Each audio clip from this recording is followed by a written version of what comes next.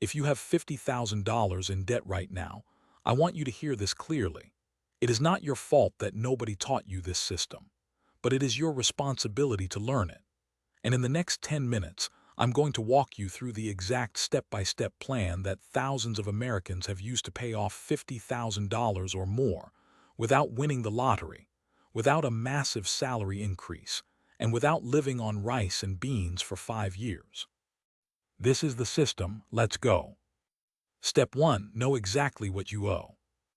Most people with serious debt don't actually know the full number. They know it's bad. They avoid looking at it. That avoidance is what keeps them stuck. Here's what you need to do today. Write down every single debt you have. Credit cards, car loans, student loans, medical bills, personal loans, everything. For each one, write down the balance, the interest rate, and the minimum monthly payment. When you see the full picture for the first time, it can feel overwhelming. That's normal. But here's what you'll also realize.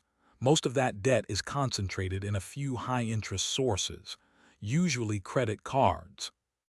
The average credit card interest rate right now is above 22%. That means if you have $10,000 on a credit card and you only make minimum payments, you will pay more in interest than the original balance. The card company wins. You lose. Step 2. Stop the bleeding. Before you can pay off debt, you have to stop creating more of it. This is not about blame, it's about math. If you're spending more than you earn, you can't pay off debt. It's arithmetically impossible. Pull up your last 3 months of bank statements. Add up everything you spent. Then add up everything you earned. If you spent more than you earned, even by $1, that gap must close before anything else can happen. The most common spending traps for people with significant debt. Subscriptions they forgot about, eating out more than they realize, and lifestyle inflation from income raises that never got saved. Step 3. Build a $1,000 emergency fund first. I know this sounds counterintuitive. If you have debt, why save money first? Because without an emergency fund, every unexpected expense, a car repair, a medical bill, a broken appliance, goes straight onto a credit card. You'll pay off debt and immediately recreate it. The $1,000 buffer breaks that cycle. This is not your full emergency fund. That comes later. This is a firewall.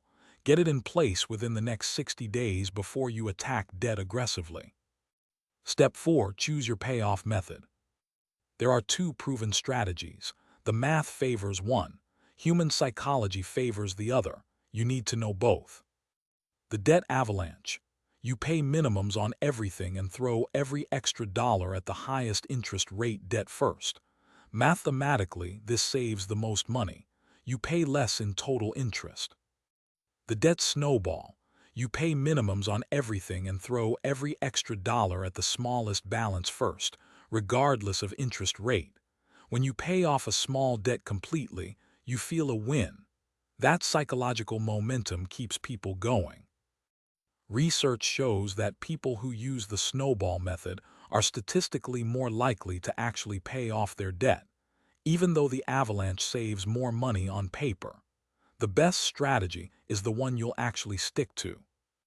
If your highest interest debt is also a small balance, the decision is easy, they're the same debt. Attack it first. Step 5. Find your extra monthly payment. Here's where the math gets real. If you have $50,000 in debt at an average interest rate of 18%, and you only make minimum payments, it will take you over 30 years to pay it off. You'll pay more than $90,000 total on a $50,000 debt. If you add just $500 per month above minimums, you pay it off in about 4 years and save over $40,000 in interest. $500 per month sounds hard, but broken down, that's about $17 per day. A restaurant lunch, 2 streaming services, and a daily coffee habit can account for most of that right there. Where to find extra money? Sell things you don't use. Pick up 1 extra shift or freelance project per month. Cut the 3 subscriptions you forgot you had. Cook at home for 30 days. Temporarily pause retirement contributions above the employer match. That last one is controversial. Some financial advisors will tell you never to pause retirement investing. But if you're paying 22% interest on credit card debt and your retirement account earns 7% per year, the math is clear. Eliminating the high-interest debt is the better financial move, temporarily. Step 6. Use windfalls aggressively. Tax refunds, work bonuses, birthday money, garage sale proceeds. Every unexpected dollar you receive should go directly to debt during this phase. The average American tax refund is around $3,000. If you apply that entire refund to debt every year, it accelerates your payoff timeline dramatically. This is where most people fail. They get a refund and spend it on a vacation or a new TV because they've been sacrificing for months and feel they deserve a reward. You do deserve a reward. The reward is getting out of debt 1 year sooner. Step 7. Automate and don't look back. Set up automatic payments for every minimum payment and your extra payment. Remove the decision from your life. The moment paying debt requires willpower, you've already lost. Set a calendar reminder for the first of every month. Check your balances. Watch the number go down. That declining number becomes your motivation.